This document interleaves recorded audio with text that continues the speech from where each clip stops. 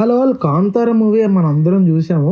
మనం ఆల్రెడీ ముందు expect చేసినట్టుగానే Telugu people content బాగుంటే మూవీని ఎంకరేజ్ చేస్తారనడానికి ఇది ఒక నిదర్శనం. కాంతార పార్ట్ 1 ఎలా కాంతార ఫస్ట్ పార్ట్ని ఎలా ఎంకరేజ్ చేశారో అండ్ కాంతార చాప్టర్ 1 కూడా అలాగే ఎంకరేజ్ చేశారు. మూవీ ఎలా ఉన్నప్పటికీ మూవీ డెవోషనల్కి సంబంధించిన సబ్జెక్ట్ కాబట్టి చాలా మంది ఆడియన్స్ మూవీకి వెళ్ళడానికి ఇంట్రెస్ట్ చూపిస్తున్నారు. అండ్ నేను చూసినప్పుడైతే మూవీ హౌస్ఫుల్ కనిపించినాయి. ఏ షోస్ చూసినా one of the interesting factor ఏంటంటే ఆ దేవుడు సీన్స్ కనపడిన స్క్రీన్ మీద కనపడిన ప్రతిసారి ఆడియన్స్ చాలా థ్రిల్ ఫీల్ అయ్యారు. ఆ సీన్స్ జరిగినంత సేపు గూస్ బంప్స్ అనే చెప్పాలి. ఆ సీన్స్ అంత బాగున్నాయి. అండ్ మిగతా మూవీ అటు ఇటుగా ఉన్న ఈ సీన్స్ మటుకి one of the best scenes in the film అని చెప్పాలి. అండ్ మనకి బాగా నచ్చిన విషయం, మనం బాగా అప్రిషియేట్ చేయాల్సిన విషయం ఏంటంటే రాకేష్ పూజారి అనే క్యారెక్టర్. మనం అబ్జర్వ్ చేస్తే పొట్టిగా ఒక క్యారెక్టర్ ఉంటుంది.